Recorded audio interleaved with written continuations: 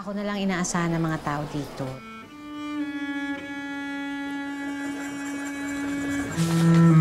Tumatanda na ako, Elmer. Nag-aalala ako sa inyo kung anong mangyayari sa inyo pag wala na ako. Naganda na ako. Yung anak ko. Dito si Nene! Aba! Masipag po sa bahay. Gusto ko siya ibili ng diamante. Sawang-sawa na kasi ako sa ginto dito sa isla. May kilala ka bang pawn shop dun sa bayan? Ayaw kasi magpakasal ni Elmer hanggat hindi pa siya handa eh. Handa saan? Sa pagpapamilya.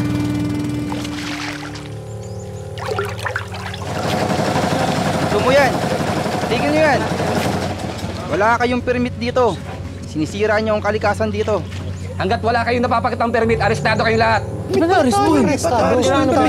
Nawalan ba kayo ng mga dila at hindi kayo nakapagsalita? Wala man lang nagreklamo sa inyo? May pinakita po kasi silang permit. Pakawalan nyo yan! Mga tauhan ko yan! Anong karapatan yung hulihin sila? Walang permit. Matagal na nilang hanap buhay yan. Mga inosenteng tao to. Wala kayong otoridad. Wala kayong karapatang tumuntong sa teritoryo ko. Teritoryo pala, ha? Huwag ka matulog ng baril! Ano ba kayo? Mapayapa ang lugar namin. 20 taon na akong nanunungkulan dito eh. Mataas pala ang kalidad ng ginto sa inyo dito.